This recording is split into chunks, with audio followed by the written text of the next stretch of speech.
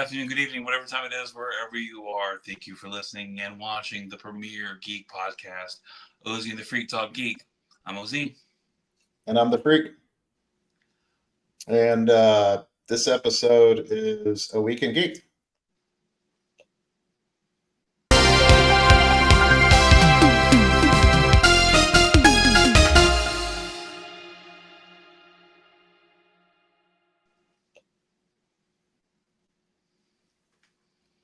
Yeah. What you eating there, bud? It's my segue into the first topic. I mean, ice cream. Oh, yeah. Fair enough. Lead us off, bud. So, obscure superhero of the week. Okay, we're gonna lead it off with that. All right. And I'm sure that tastes great. Oh yeah. This came out of a jar. I mean, like normal ice cream does. A jar. Well, not a jar, like a pint container. Unlike in the Marvel cinema or the Marvel universe, where we have the superhero soft serve. I actually know this one. She's a mutant, right? And she's an X-Men right now, or a version of her is in the X-Men. X-Men Way of X, and then there was also Knights of X, which is where she made her debut by Bob Quinn a few years back. And oh man, I can't remember when she originally came out. But yeah, so that's the version of her I'm familiar with. This is soft serve. And for those who don't know, soft serve is a mutant on Krakoa. She was seen trying to give a fellow mutant her ice cream while on her way to the Hellfire Gala, which is the very first image that we actually see of her. Originally, Bob Quinn was humoring her on his Twitter, and he actually snuck this into the background of one of the comics. So in the very background, if you zoom all the way in, you can actually see soft serve, which thus made her canon in the comics. Right. Which led to this soft serve. That's the soft serve that we, some of us, all know. Right. Soft serve's power and abilities are the fact that she can poop ice cream. Any flavor you can think of, too. Literally any flavor.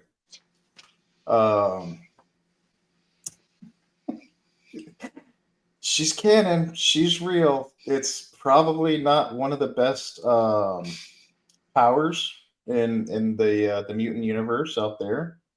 But I mean, we haven't seen her active like in a fight or anything like that. I mean, I could probably think of like a half a dozen ways where that would be completely useful power. Yeah. I mean, it's very interesting. Originally on Quinn's Twitter stream, he posted a picture of her, and it says it was a picture of her in her outfit, and she says, "No, Professor Xavier, I poop ice cream. I poop ice cream better than anyone."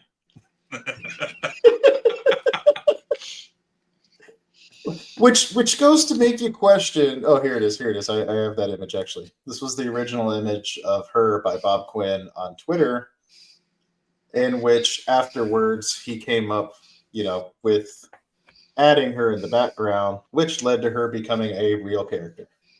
I love it. Soft serve. I absolutely love it. As like, not all mutants have like lasers come out of their eyes or claws coming out of their fists. Nope. Sometimes they poop ice cream. Better than anyone else in the world. She is in the universe Earth 616, by the way. Yeah. So, just in case anybody was curious where she comes from Earth 616. The Way of X was the first comic that she appeared in. Mm-hmm. She is mainline continuity. 2 appearances of soft serves. Let's see. And there's only 2 images I've seen so far, but okay, so she's no dog welder, but Way of X, X-Men Volume 6, number 8, Knights of X, number 5 are the comics that she's currently in. Yeah, so look out for more of her. I would just love to see a big battle. Mm-hmm. And she's just like rushing to everybody, and some people are like rushing to people and help them. She's just rushing like to people and bringing them ice cream. You know, I can see, I can imagine a way like her powers work a lot like Iceman. You know what I mean? She's like she can like surf on a wave of ice cream. You know, like coming out of her butt. Yeah, but I mean, like, does she run out? Does she have to eat to refill it? Like, is it just is it like Cyclops rays that are just unending? I think she may have like access to another dimension through her anus, and it's a never-ending, like infinite flavor of ice cream universe that she has access through her anus. That's by the how I way, imagine soft serve. So now that I'm looking up a little bit more of this, going back to this image where she says that I poop ice cream better than anyone. Soft serve is not the only mutant with ice cream abilities. The other being the assassin, I Scream, EYE Scream, who can turn himself into any flavor of ice cream. According to Bob Quinn, there is no relation between the two, but Soft Serve is a big fan of ice cream. Now, I also want to point out that the other person, Ice Cream, is an assassin. I mean, yeah, like he can like turn himself into poison ice cream at a kid's party, and like he gets presented to somebody that he's supposed to kill, and they lick him and they poison and die. Oh my god. Oh my goodness. Okay. I don't know if you can see that. That's Ice Cream. Please tell me you can zoom in and see that so I can see that bigger. Oh, I can't zoom in on this. It's a picture from the internet. It says, "You're welcome, kid." Now, who's next? Pick a flavor. Sky's the limit. It's coming out of his finger, at least. His is coming out of his finger. Hers comes out of her butt. You know, they're all like loosey goosey and free on Krakoa. Like, yeah, it's gross. It's fucking gross. It's gross. I don't know if this is any more gross than Dog Welder, but at least hers kind of comes in handy. I think Bob Quinn is a big fan of Two Girls, One Cup.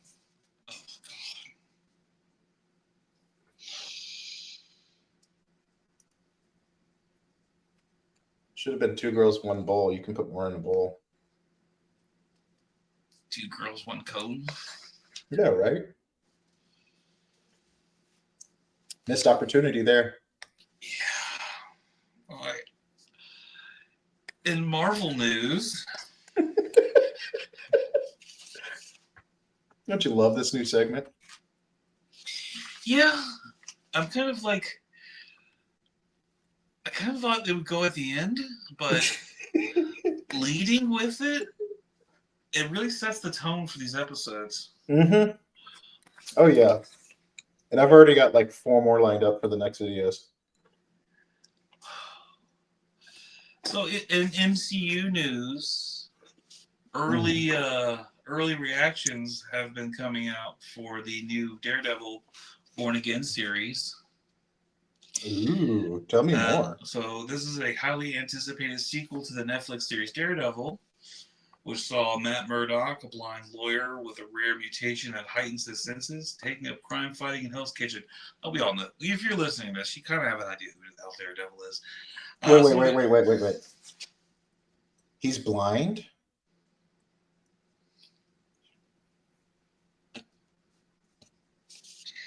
So after a 7-year hiatus from the small screen, Daredevil is back to take on crime once again. Anyway. Screen Rant's Liam Crowley said of the show, Daredevil Born Again as the best pilot of any MCU series thus far. No shit. And it's not close. Edge of seat energy with audible gasps throughout. Charlie and Vincent haven't lost a step. Vincent and Moorhead bring the sauce. Wait. Above all else, it's episodic. You said a guest throat? What? Wait, what did you say after the word guest? After you said guest? Audible gasps? Oh, gasps. I thought you said with a guest named Throat. I'm like, who the fuck is Throat? Okay. Yeah. So, people who've got to see it early, reviewers have come out and said that it's the most amazing MCU pilot series for a series ever. Which is not you, Siri. Go away. Okay. This new Siri's sassy. Quit saying her name. Mm-hmm. I'll change your name. Beatrix. Okay. So anyway, did you get to watch the original series of Daredevil? The original one, yes, way the hell back when it came out a long time ago. Right. I have thus slept since then. Okay. So I am not a fan of the Defenders. So I did see Jessica Jones, but that was purely for David Tennant because I'm a big David Tennant fan. Mm-hmm. But I have not seen anything else. And if the Defenders lead into this, or this has to do with the Defenders, then I know nothing about it. Okay, so this is a sequel series, and what this is it takes place a few years. Let's see where I can find it. Okay, so Daredevil Born Again will follow Matt Murdock as he comes back into the life of vigilantism after once again retiring his Daredevil persona after he crossed the line. Mm-hmm. His return to donning the mask seems to be in part due to his old nemesis, Wilson Fisk, aka Kingpin, running for mayor of New York. So basically, something we don't see between the original series and now is he fucked up. Okay. And quit being Daredevil. And then he's going to come back as being Daredevil again. Okay. So teaming up with his fellow legal companions, Foggy Nelson and Karen Page, which thankfully they're coming back. There was a point in time when they were going to be doing this new Daredevil series. They weren't going to be back. Mm-hmm.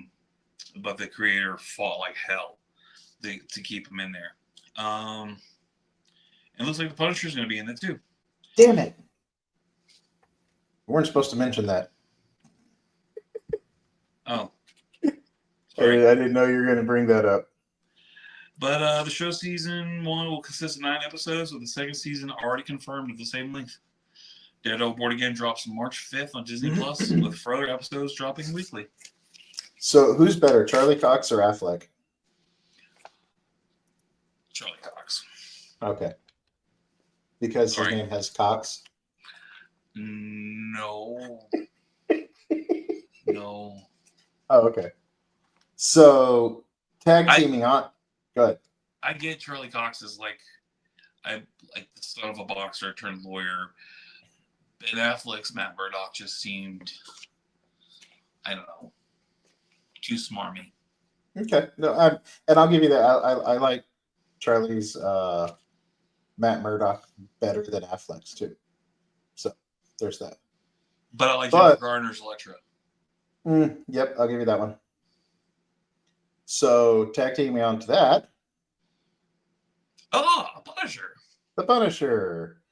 John Bernthal's The Punisher is back for a special presentation, adding another chapter to his violent vengeance fueled journey into the MCU.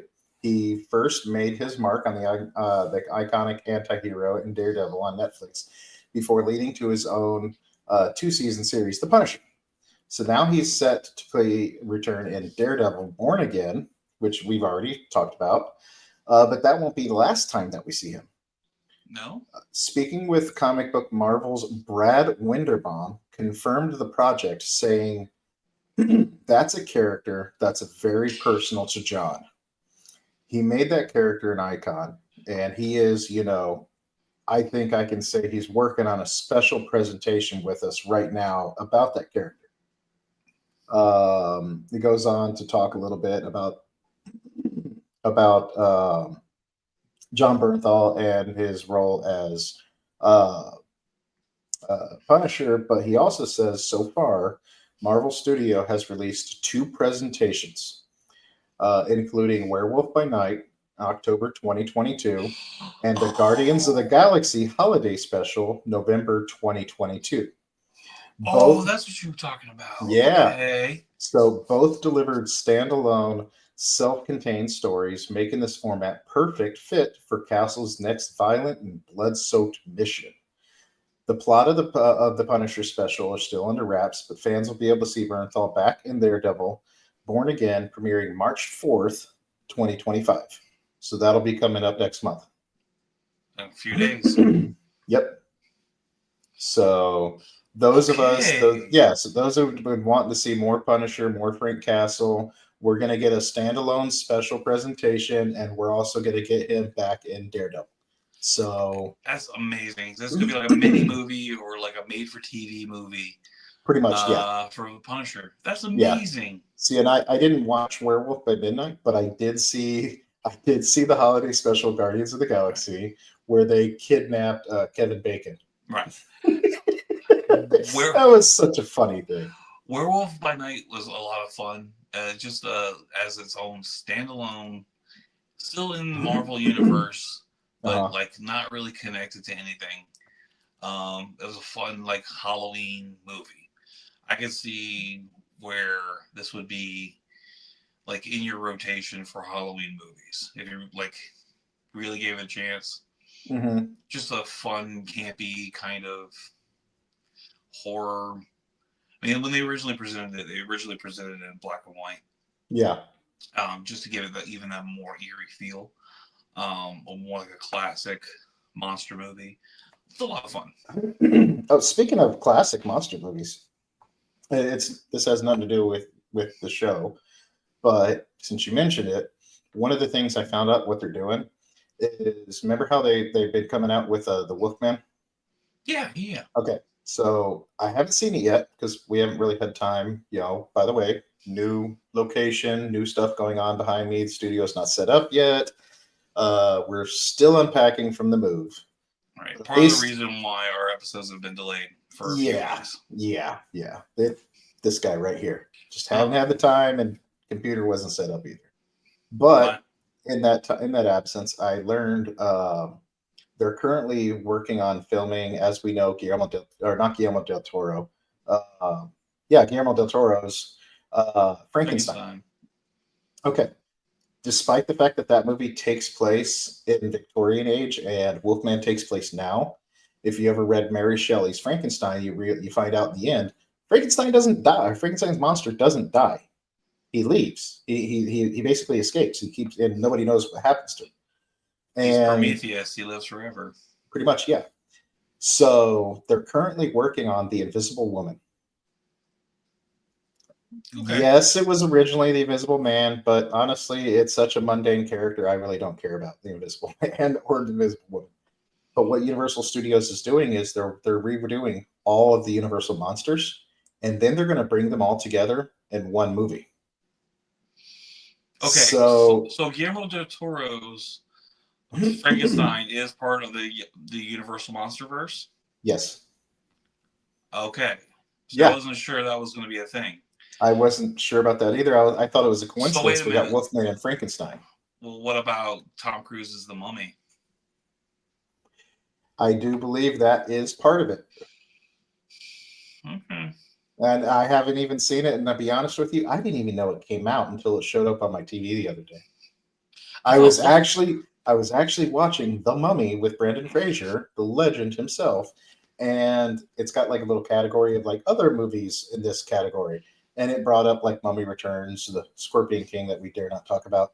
And it also brought up Tom Cruise's Mummy. And I was like, what? So, yeah.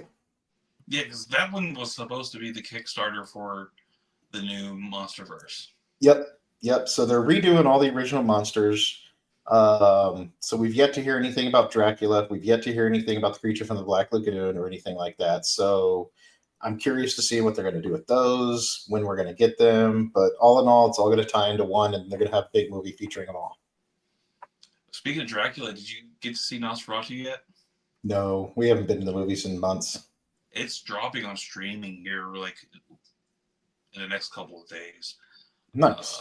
Yeah, I'll have to find out what it is. Make sure you see it. Well, before we get up to it anymore, I want to get back on topic real quick before we jump to another one. Back to Punisher? No, back to the Marvel Universe. Oh, okay. Right on. So Brad Windenbaum had to say what I mentioned earlier about Punisher, and John Bernthal reenacting Punisher again. Sure. So now we get talks of the X-Men reboot for X-Men Academy, but we're also getting into the new X-Men 97. Wait a minute. What's X-Men Academy? I'll be honest with you, I don't really know. Right. It's fairly new to me, but what I was reading about is people were talking about X-Men Academy. I don't know what X-Men Academy is, but I do know that let's see. Where is it? So Windenbaum teases the future of X-Men 97 and confirmed that X-Men film is indeed in active development. So that's what they're talking about, is what I'm assuming. Though he didn't offer much in terms of specifics. When asked about the rumored X Academy series, Disney Plus kept things vague. That saying, I think anybody could say anything online, and it hits the rumor mill and people get excited. Right now, we're still working on X-Men 97 Season 2. It's coming together amazingly, and the scripts for Season 3 are insane. Nice. So we know that we're going to be getting a Season 3. As for the talks of the X Academy, I'm not sure. I'd have to dive a little bit more into that. But after just reading that, I felt like I had to kind of bring it up. Right. So... while no director has been officially attached to the X-Men project, the movie, the steady stream of casting rumors suggest Marvel is actively assembling its new team. Some of the latest reports include Harris Dickinson, the Iron Claw, Jack Champion from Avatar and the Way of the Water for Cyclops, Sadie Sink from Stranger Things, as a likely pick for Jean Grey, Ayo Edebiri, I don't know how to pronounce that, as the Bear, and DeWanda Wise from Jurassic World Dominion as Storm, Hunter Schafer from Euphoria, reportedly in consideration for Mystique, Julia Butters, the Fablemans, is in talk to play Kitty Pryde. Margaret Qualley from Poor Things, potentially in the studio's radar for Rogue. And, of course, Gambit is going to be part of the team, though they're not sure whether or not that means Channing Tatum finally gets his shot or if they're going to go with somebody else. It sounds like a lot of fan casting. Like I said, this is not any of this. None of this is official. This is the rumors that have been going around for some of the latest reports. Exactly. Exactly. That's what I'm getting at. Like, this is just what they're rumored talking about. The only thing that is set in stone is Michael Leslie is currently writing the script. Okay. What's his name? Kevin Feige has come out and said that the X-Men proper, mutants proper, are still years away from being introduced into the MCU. Like, we're not going to get the X-Men for another couple of years. Yeah. So like I said, it's just, like I said, this is rumors. Yeah. I did find out.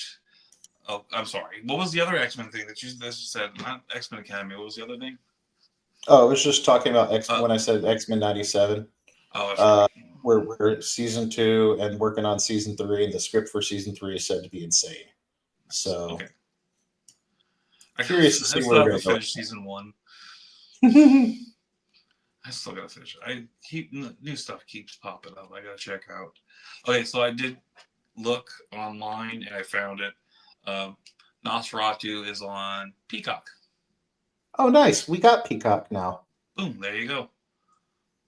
Yeah, I got a new. We signed up with a new deal for Xfinity after the kerfuckle, and they gave us an Xfinity stream box for free, and apparently it comes with Peacock. So I have Peacock now. Nice. They also have the extended cut. Ooh, I'll have to check that out. Wow. Right now, we're currently watching The Silo on Apple TV. Okay. I was thinking about getting on Apple TV so I can check out Severance. Dude, okay. Severance is the first thing we watched, and I'm super excited for the new season. It's fucking fantastic. So do you know what the premise is? No. Okay. But I really don't like the main actor in anything I've seen. He's awesome. Matthew Scott, I think. Whatever his name is. Yeah. Okay. He's a great actor. I actually love him. I fell in love with him in Parks and Recreations. He was in Step Brothers as the other brother that was bullying him. Like, he's actually a really good actor. He was in one of my favorite movies, Krampus, as the father figure. Right, I remember him, Krampus. Yep. Okay. So the premise of the show is fucking fantastic. All right. So it's kind of like literally two people living in one body, except you only ever know what's happening with yourself at 2 different times of the day, and the other person doesn't know what's going on. So the way they have it set up is it's like there's an implant like in you, and your outside of work self has no idea what you do the second that you walk into the office. When you walk into your work, your body switches over. It's like you have two brains inside of one. It swaps over. Your outside self turns off, and your work self takes over. Okay. Your work self has no fucking idea what happens outside those office doors. If you're out partying all night, snorting blow or banging hookers, they have no fucking idea what's going on. Which means that their entire life consists of them working. Jesus because the lights shut off once they leave, and they turn right back on when they come into work. So they know nothing but work. Ugh. Yeah. Meanwhile, your other self is having the best time of its life because they never experienced the drag of work. They never experienced being in an office doing whatever it is they're doing in the office. They're just out living their life. And the people that are inside are trying to get out, and then the outside versions of them aren't letting them. Like, they're trying to quit their jobs, and the other version isn't letting them. It's like they're literally trapped in it as a prisoner, and it's a fucking awesome premise. And what happens and what they do is dude, it's mind-boggling. It's some weird shit, and it's one of the best things out there on Apple TV. Okay. Highly suggest anybody out there to watch Severance. Okay. I might start that 3-month trial. Watch that in some Fraggle Rock. The only reason I even have Apple TV is because, like, we got it from my dad. Right. And of course, I'm like, if I'm paying for it, I'm going to use it too. Sure, might as well. Don't blame me. I might try it. I don't know. I did not know that's what Severance is about. I might not be explaining it like it sounds kind of boring in a way, but it also sounds really intriguing. But it's a mind fuck. It really is a mind fuck, and you definitely need to check it out. Ugh. Highly suggest it. As soon as I get through Dexter. Which one? The first one. The very first original Dexter? Yeah. Okay. I never finished it. No, there's technically 3 Dexters now.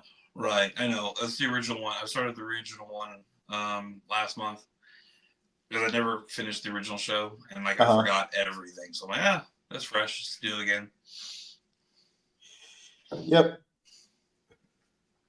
I did that. I watched all of Dexter, the original series. Then we watched the add-on to the original series, the ending conclusion, and now we're watching the new version, which is a prequel to all of it. Right. I'll get there.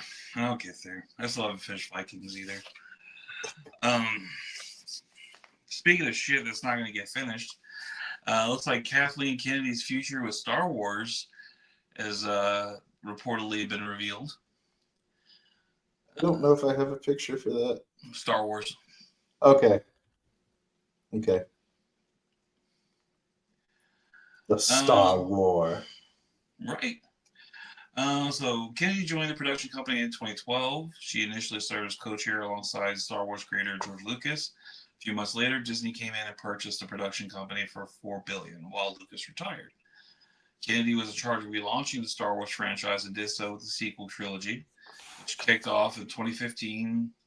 Then it was anyway. Since then, Disney released a whole bunch of Star Wars films, whatever. Where is it? Anyway, she's announced she's going to retire. Yeah. So Kathleen Kennedy era included Disney's partnership with EA, Star Wars games. Lucasfilm continued its global expansion and released the fifth and final film in the Indiana Jones Adventure franchise. Oh, where is the anyway? Okay, so however, Kathleen Kennedy might not end up overseeing any of the films that are coming up if she retires this year. There's a new Star Wars film. Anyway, Kathleen Kennedy's out. I think a lot of Star Wars fanboys are going to be excited to get out of the era of Kathleen Kennedy. I just wanted to, as you can see, I probably didn't research this enough. What is she responsible for making? Well, basically, she was in charge of Lucasfilm. Post George Lucas. She had to sign off on everything. So she switched the franchise's popularity over to television with a series of Star Wars shows on Disney Plus. Well, some, like The Mandalorian and Andor, were major hits, while others a little less successful, like The Acolyte. Which, as we discussed the other day, was apparently very successful, but they still chose not to go with it anyways. Right, which is, yes. I don't know, man. I feel like they're shooting themselves in the foot. I don't know, man. It depends on who they get to fill in. It could be Favreau, could be, what's the other guy's name? Filoni. Billy. Oh, okay, I was close. So if Filoni or Favreau jump in her spot, I think that could mean a lot more support for the fan base.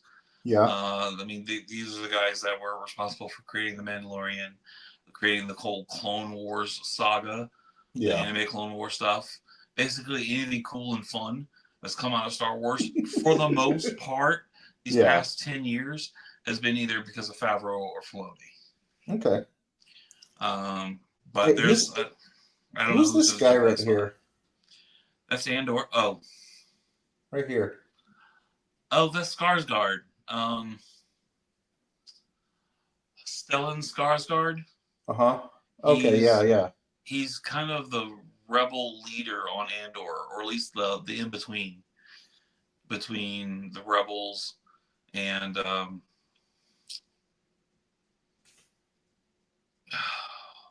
Senate. Okay. Do you know who Bib Fortuna is? Bib Fortuna is he's the pink alien that works with the teeth that worked for Jabba, right? Yeah, he was the male Twi'lek, the slave dealer, right? That worked with Jabba. He took over for Jabba before Boba took the seat. For some reason, just looking at his face there, man, that's all I can think about was Bib Fortuna. Like it's the eyes. I don't know what it is about him, but like at a glance, I'm like, no way, that's the same guy that played as Bib Fortuna. That dude's probably passed away. I don't know. Okay. Damn, he got fat. Who? Look. looking at Bib Fortuna in The Mandalorian? Yeah, he was getting fat. He got fat when he took over for Jabba. Yeah, he did. That He's noodle trying to fill coming that off. seat. That noodle coming off of his head got pretty big. Mm-hmm. Okay, all right, no, that's cool. So let me see here. Did you hear about the theatrical release for Revenge of the Sith? I saw something about that. So it's coming up on the anniversary, right? Yep, it's coming up on the on April 25th to celebrate the film's 20th anniversary. God, it's been 20 years. Have you seen the poster for it though? No. Bro, it's sick. Oh wait, you don't want to work now? There you go. That is sick. That is a dope ass poster, man. I love that. That is awesome. So that's really cool. I had to show that off. That's really cool. Like I don't own anything poster wise related to Star Wars, but that's a poster I would probably own. That image is awesome. Yeah. That's cool. Yeah, I don't know if I would own that, but that's really cool. So I would own some version of that doesn't say episode 3. Like that's really, I don't know. Yeah. That's visually that's a good looking poster. So what's really cool about this is this allows a lot of the older fans, gives them another chance to revisit and see this movie, but it also presents an opportunity for an entire generation out there to watch this on the big screen for the first time. Sure.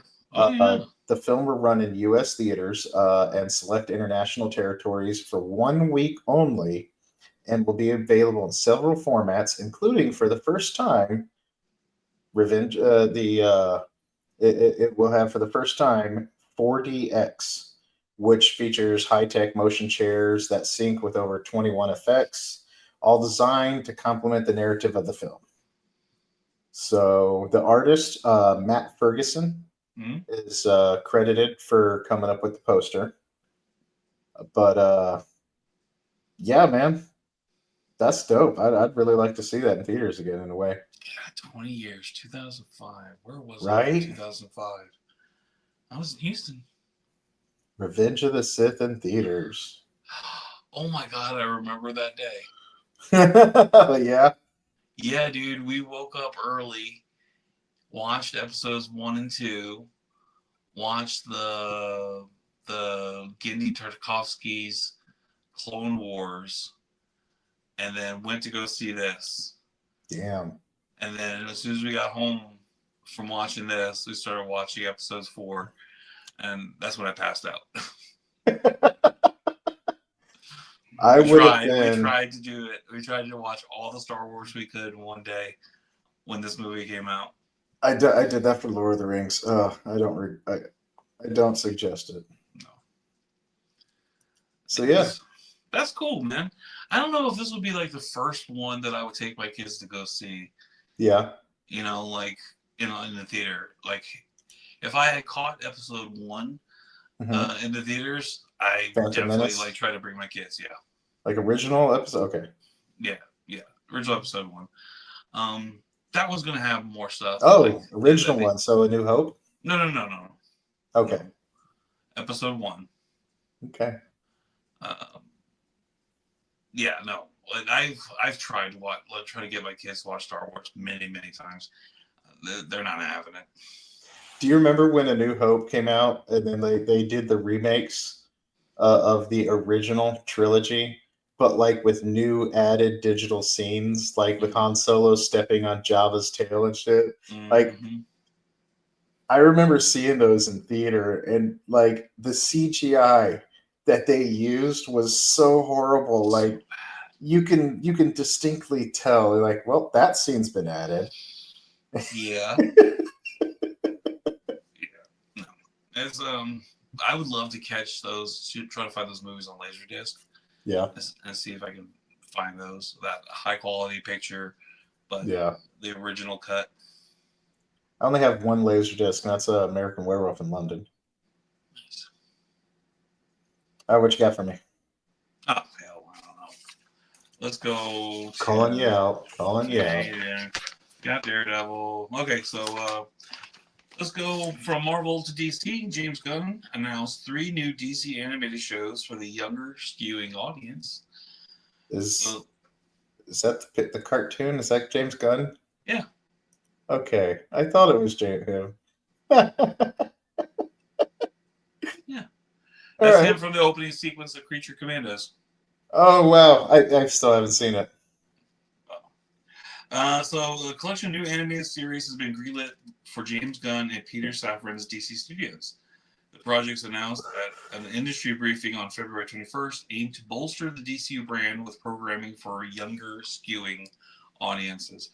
Per Variety, the updated animated lineups kicks off with My Adventures with Green Lantern, centering on high schooler Jessica Cruz as she inherits a power ring.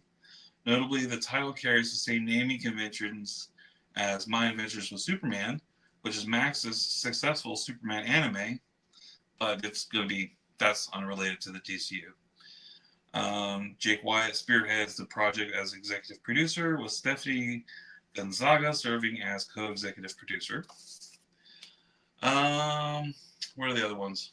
The slate for also going to have a Hero Academia series with DC Superpowers, which will follow the Alliance School for Heroes, where young heroes Lightning, Flash, Plastic Man, Aquagirl, Green Lantern, and Terra train under Principal Martian Manhunter. Plastic Man. Right? All right. Have pervy ass high school age Plastic Man. Oh my god. I'm just picturing like Quagmire. Yeah.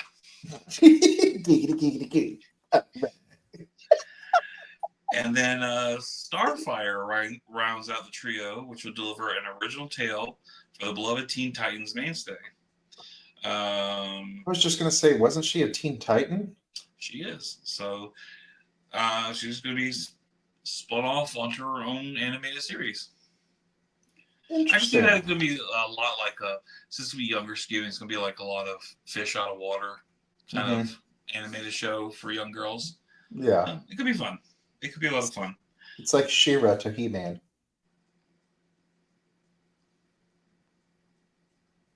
The boys had He-Man. Now the girls have. Oh, sure. Yeah. Okay, I got the boys have Batman. Now the girls can have Starfire. Right. I get you. So the fresh additions to the DCU slate act as a counterbalance to the presentation's other updates.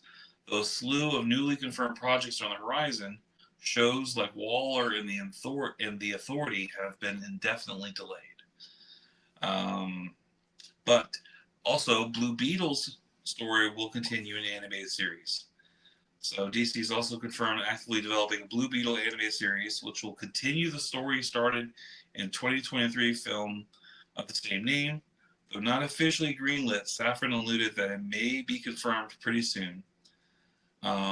So if you've seen the Blue Beetle movie, it sounds like it's going to be in continuity with this new DCU that we have coming, which is great because that kid really didn't get a shot.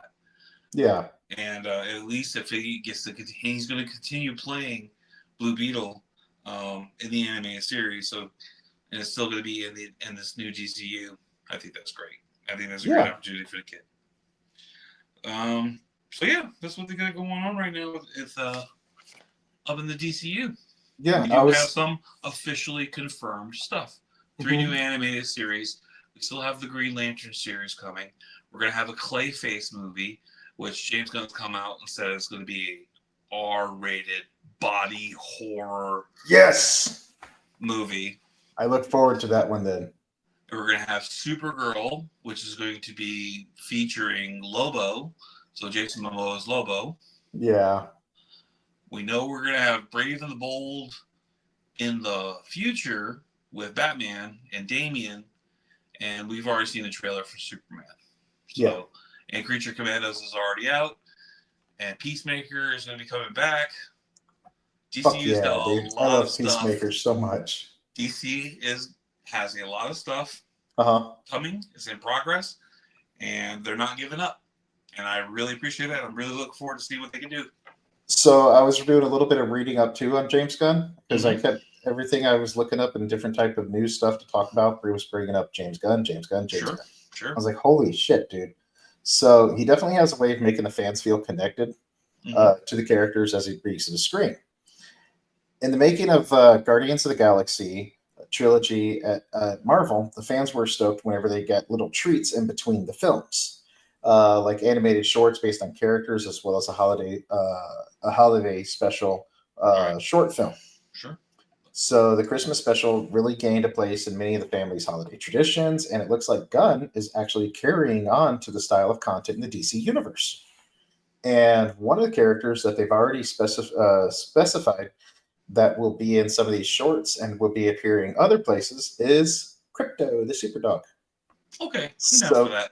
so Crypto, the super dog, is going to get like little shorts, little things here and there.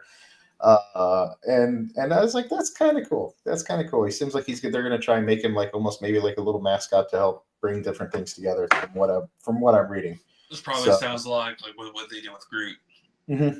Yep, exactly. Yeah, Crypto is now Groot. All right, let's see. Let's see how it goes. Yeah, so I was like, all right, that's pretty cool. That's pretty cool.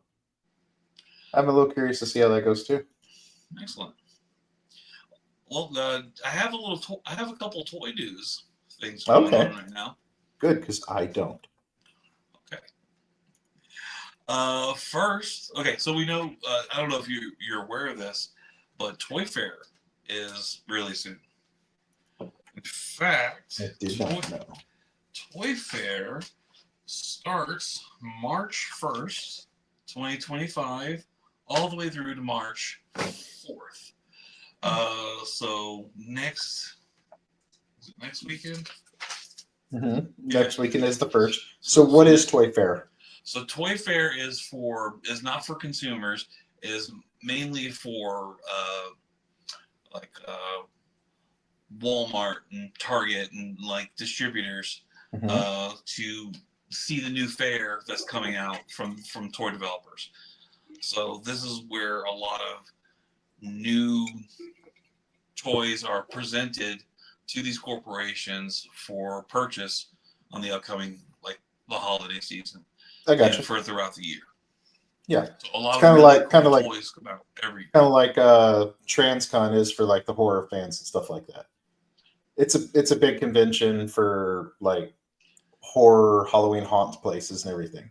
Right. It's not really for the consumer, not for like you and me, but it would be for news outlets and it's for the other toy professionals. Okay. But a lot of things really do come out and we get a lot of news in those times.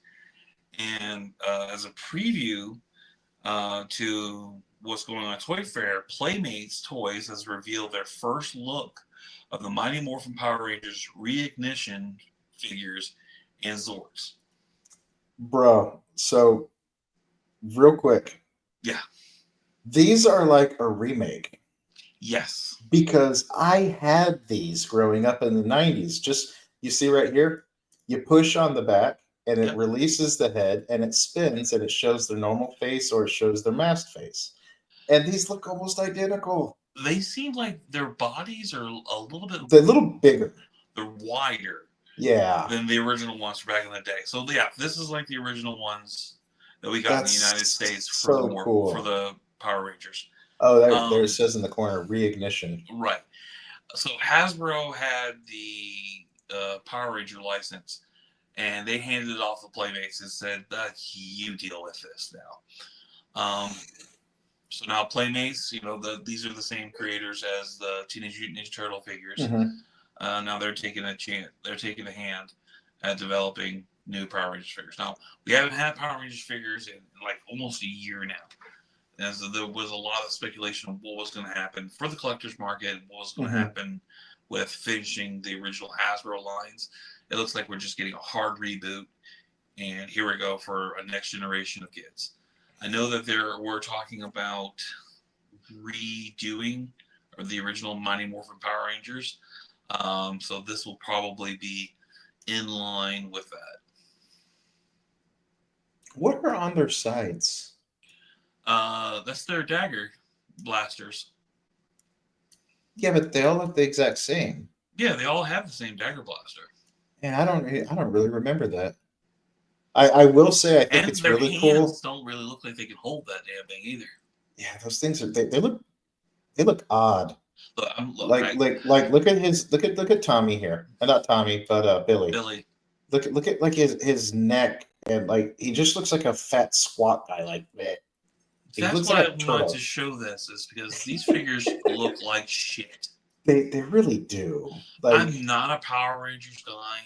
Like, this has really not been my thing. But these figures look like shit. I will say one thing that's cool though is the fact that they stuck with the original lineup. That now they did include Tommy, who wasn't in the original lineup, but the original 6 here instead of like, because I mean you got Power Ranger Turbo, you got all sorts of different Power Rangers, new characters, new different things. I like that they went OG with it. Well, I mean, look, this is okay. So in the Power Rangers universe over in Japan, these Power Rangers are like the 6th or 8th team. Well, I mean, technically, yeah, because Power Rangers literally did just basically take everything away from them. I mean, but no, but like this team, like even in the original Japanese live action show. Oh, I get what you're saying. This is like the 6th or 8th team. Like, yeah, it's the first one for America. Yes, this was the first one that's widely distributed in America, thanks to Saban. So this is what the one that they're choosing to remake. Like this is we're gonna get a new original Mighty Morphin Power Rangers. Did you ever think that the original lineup was a little racist? Yes. I mean, we have a yellow Asian girl. Mm-hmm. We have a black guy. Mm-hmm. The white girl is pink. The jock is red, and the nerd is blue. And then we get the karate dude who's green. And then becomes white. But okay, I'm just glad we're at least kind of on the same page here. Yeah, but Key and Peele did a whole sketch on that. Oh no shit, they did. Mm-hmm. Oh, I gotta fucking see that. Those guys crack me up. And Jordan Peele, by the way, is a damn good director. Right, like he's been doing horror flicks. I love it. So these look like shit. However, the dinosaur figures look actually pretty cool. Yeah. Do we have a picture of that one? I think I just sent you a picture of that one. Okay, good.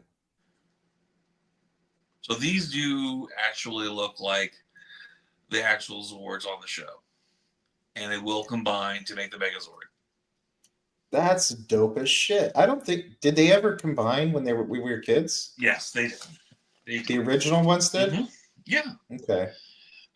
So... Let me see. The combinable dinosaurs also include another fun wrinkle, as when you collect all 5 Zords, you can combine them into one of 2 modes. The tank mode or the fighting mode. Do you remember the tank mode? Yeah. Where it would just across the land. And then it would stand up and fold up into the Megazord. Yeah. So you'll be able to do both. And each one of these dinosaurs will retail for $17.99. There's also going to be a Power Morpher with power coins. There's also going to be a Blade Blaster that'll go into sword mode. The Automorphin figures that we saw before, those are going to be $9.99 each. So they're going to be affordable. They're going to be an affordable, opening volley into getting back into buying Power Ranger toys.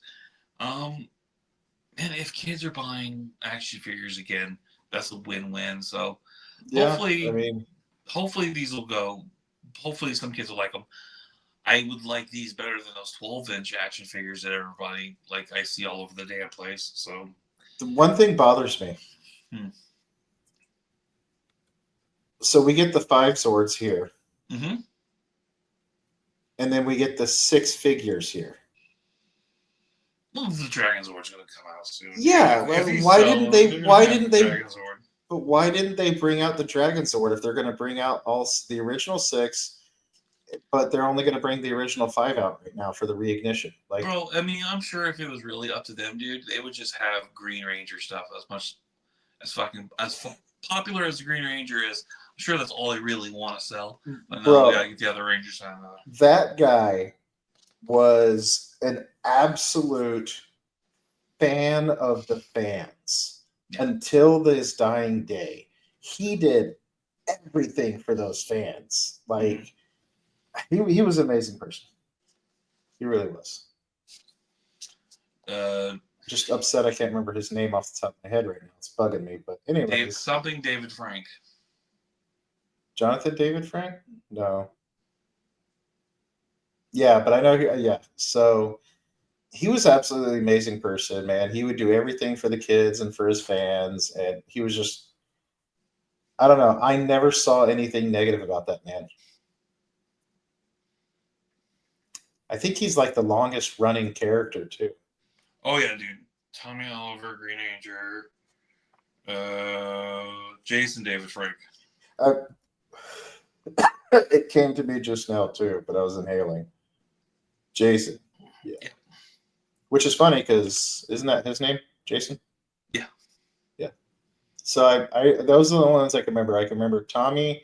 I can remember Tommy, Billy, and Jason. I can't remember the others. Kimberly, Trini, and Zach. Okay. Nice. All right, now get to the other ones because I want to see. Okay, so this was the piece of resistance. This was the first thing I was like, okay, this is amazing. So I'm actually excited about this one. I'm super excited about this one too, and I just opened a new G.I. Joe figure. Speaking of, last night, and then I get this hit with this. So G.I. Joe goes heavy metal in Hasbro's incredible Cold Slither box set. Yeah, boy. So, pay tribute to a classic episode of G.I. Joe: Real American Hero. Here we have first look at Hasbro's latest addition to the G.I. Joe classified line. This is a box set of Cobra villain Zartan and his Dreadnoughts, decked out in full heavy metal regalia as the band Cold Slither. I absolutely love everything about this, and I do not collect G.I. Joes. No, but okay. Shit, dude, that's cool. This box set is going to be sold exclusively at San Diego Comic-Con. Which July. Yeah. Yeah, but I mean, it's just like what they did with Death's Head. People will buy it, and then they'll come out with it again, and then it'll be on Hasbro, and then people can probably buy it then. I mean, you could still go on Amazon or Big Bad Toy Store right now and buy the Death's Head exclusive that everybody was so excited about. Man, I don't know. I don't know. The box sets like this, I think this is going to get bought up and sold out fast. And I say that specifically, I want this box set just so I can have that fucking 1/12 scale drum set. The Cold Slither set includes 6-inch figures of Zartan, Ripper, Buzzer, and Torch. Wait, hold on. Okay, so which one's this one? That one I think is Buzzer. Okay. And then you got him. That's Zartan. No, that's Ripper.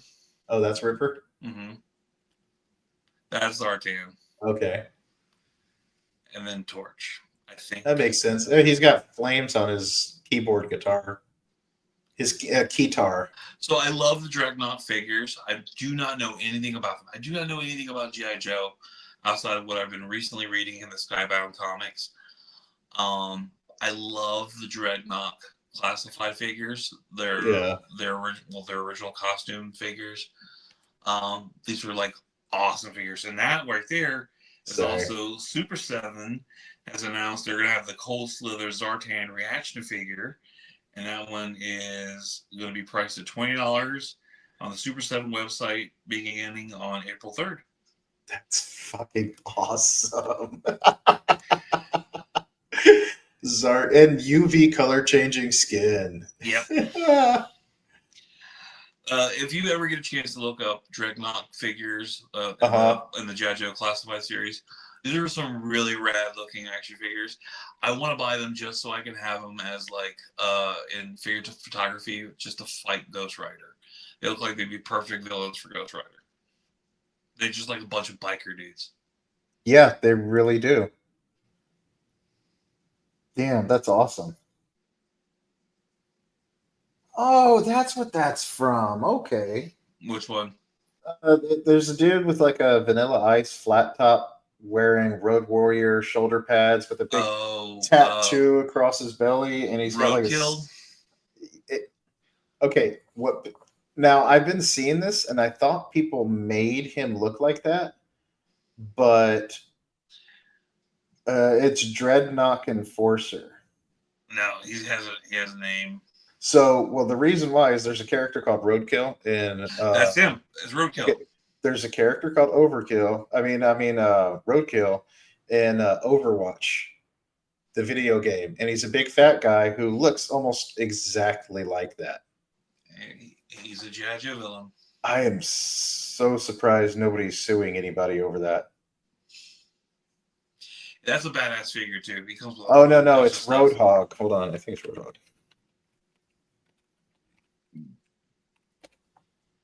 Okay, yeah, Roadhog. Dude, he comes with a hammer that's a pole stuck on a center block. Yeah. All right, check this out. Yeah. That's Roadhog from Overwatch. Yep. From the video game. Yep. I'm like, it's the same goddamn guy almost. Yeah. Except he throws a big hook. Do you have a picture of the other guy? The Dreadnought? Yeah, let me get him over here.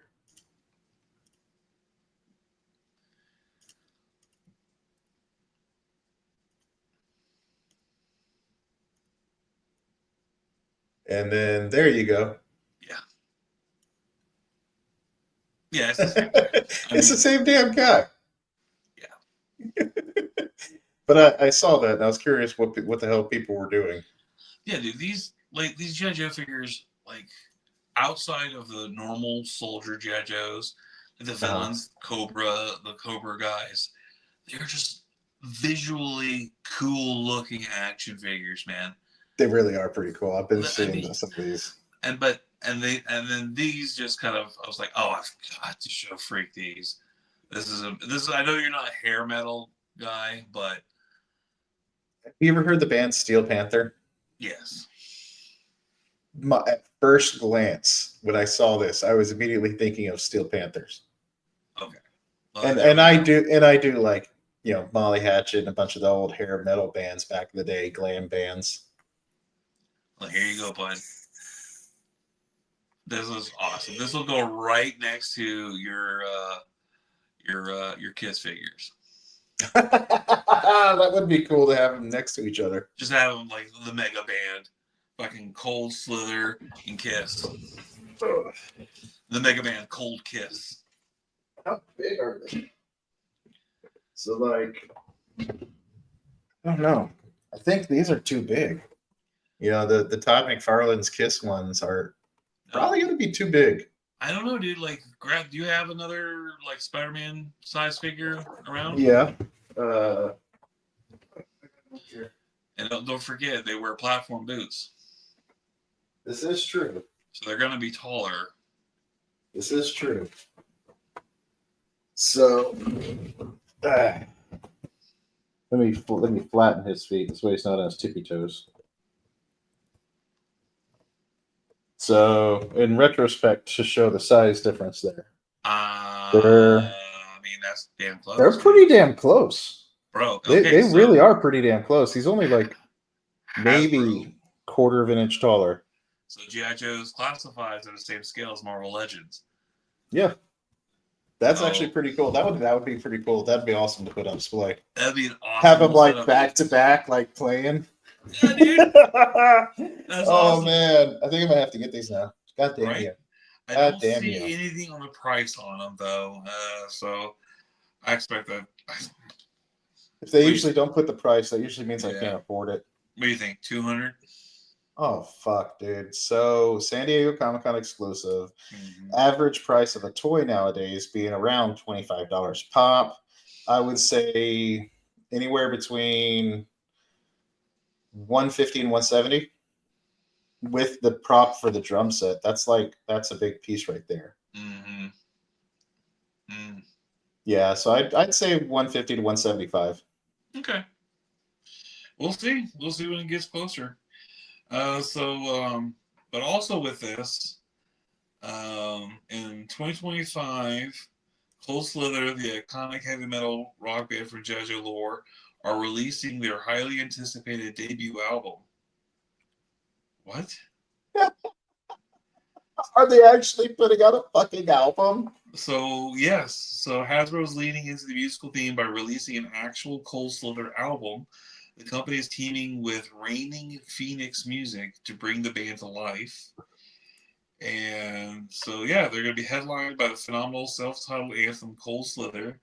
The album delivers 10 electrifying tracks that blend searing, distorted guitar riffs, pounding rhythms, and irresistibly catchy anthemrhythmic choruses.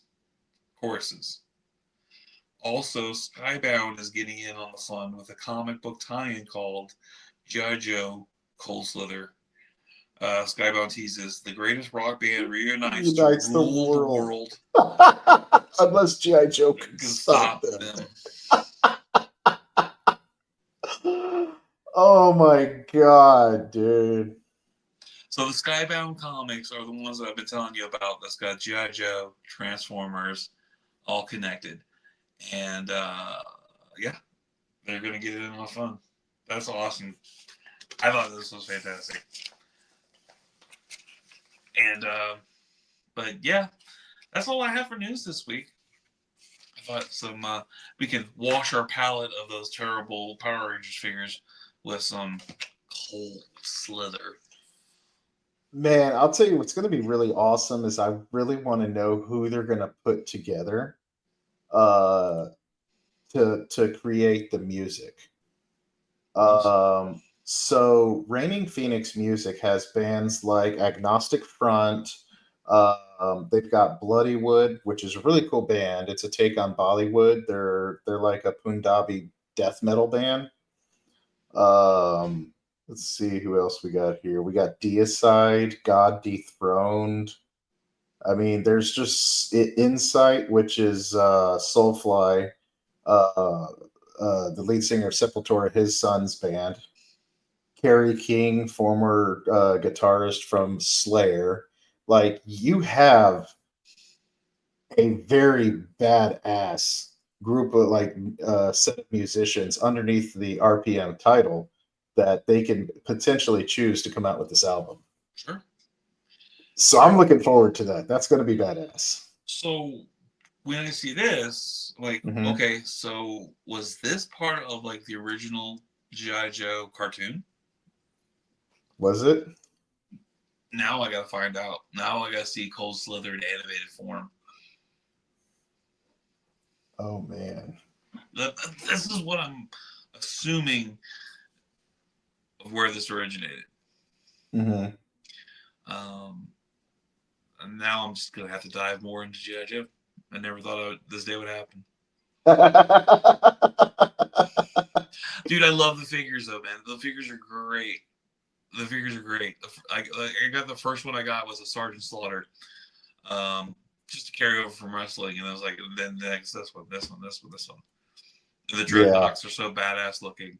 They are badass looking. And they're even badass looking as an 80s glam band. So, just so we can start wrapping up here, we're already at 1 hour and 8. I just want to give the fans first glimpse of something here.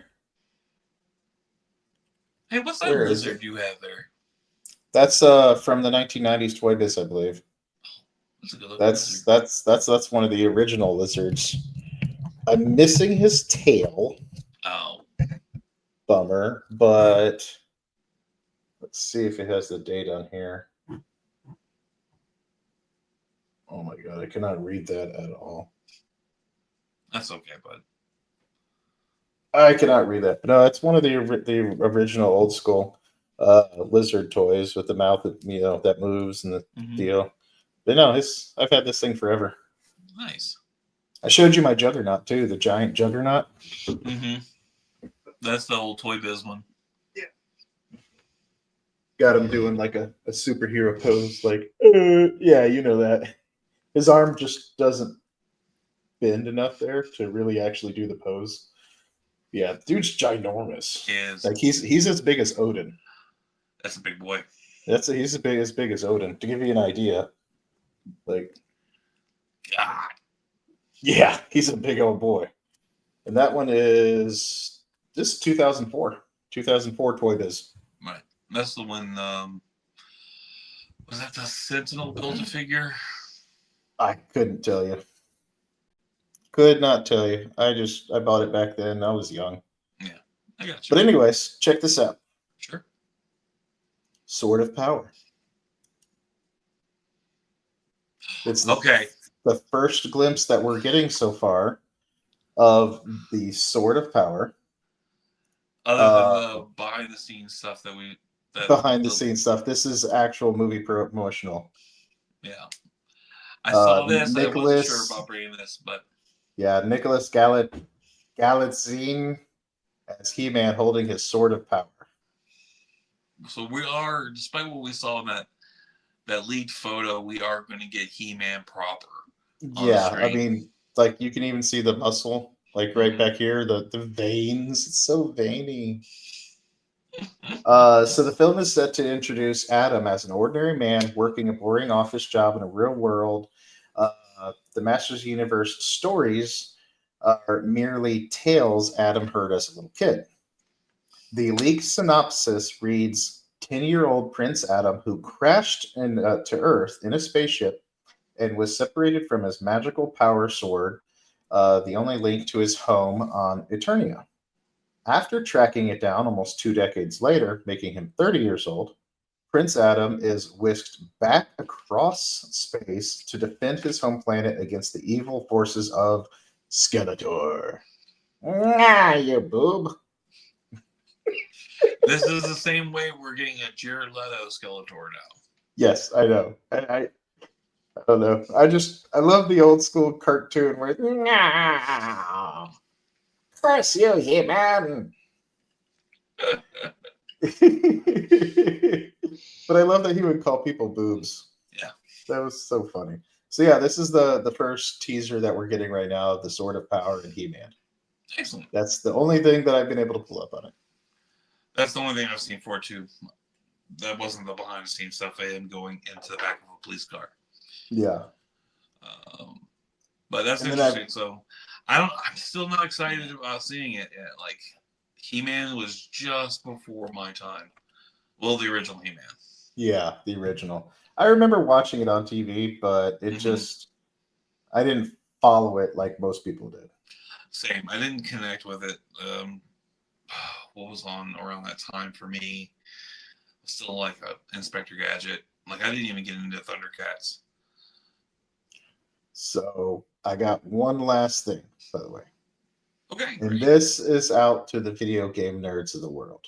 Sorry, not for you. George R.R. Martin is considered to be one of the greatest. I lost my spot. A Song of Ice and Fire. Game of Thrones has been done, by George R.R. Martin, and he exploded after Game of Thrones came out, man. Right. George R.R. Martin has confirmed that Elden Ring the movie is being discussed. Elden Ring is one of the most recent in a long line of Souls games. Yes. Dark Souls. Right, I'm familiar. The hardest games out there in the world. Sure. So Elden Ring is considered by many to be one of the greatest games of all time. Its vast open world, intricate gameplay systems, and deeply layered lore, crafted in a collaboration with A Song of Ice and Fire, author George R.R. Martin, have captivated millions of people. So I didn't really read much on this. This was the last thing that I saw that I had to pull up. What does George R.R. Martin have to do with Elden Ring, though? Because he's going to be making the movie. Is he going to be like producing it? Yeah. George R.R. Martin has confirmed Elden Ring movie is currently being discussed. He's wanting to make the Elden Ring movie. And I think it's going to be fucking amazing, or it's going to be a catastrophe. There's no real premise of a main hero in the game. Right. You're a real creative character. Yeah, you create a character. You can literally choose any custom class of like multi-class and all these different ways of playing the game, to where you can play the game 35, 40 times straight and never play the same class. Right. You are the maidenless one, which is, I guess, a person without a woman. So you're maidenless. I think it's supposed to be like you're like the soulless one or something like that. But you go through this game. This is actually one of the first people in the game that you can fight. I forget his name, but he's just walking up and down the path. And if you're in his way, he'll charge you and kill you instantly because he's not meant to be the first boss. But he's there. Right. Bosses are kind of optional in the way this game works. You can choose your own path. It's truly open world. You can go the hard way or you can go the easy way. Yeah. And this is one of those games that just because you did all the side quests first doesn't mean you're going to beat the main boss. Right. You know. But for the nerds out there that love these games, I know I, for one, spent a lot of time on Elden Ring, even though I said I wasn't going to, because the first time I played Dark Souls, I broke 2 controllers. One of those. Yeah, it's one of the game's meant not to be beaten. That's the way the game is. You know, so it's not like most games nowadays that are meant to be beaten. Right. They have easy modes. There's no easy, there's no hard, like there's just the game mode, which is you're going to die 150 times in a row, probably. Right. But yeah, had to bring that. Well, it's interesting. So he's getting into doing something else instead of finishing A Song of Fire and Ice. Correct. Great. Great. Hey, works for me, dude. I don't watch Game of Thrones. Dude, let's just finish the damn books, man. That's what I'm talking about. Game of Thrones is done. Like, the TV show is done. Like, but at least let's finish the fucking books. The books aren't even done yet? No, that's what I'm saying. He hasn't finished the books. He's got 2 more books he hasn't finished yet. Well, you might have to be waiting for a little while there if they go through with this. Well, sure. Now he's got Elden Ring money. Now he doesn't give a fuck about finishing up the damn books.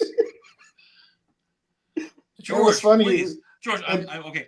I'm looking right to the camera. George, if you happen to see this, fucking finish the books. Just finish the fucking books.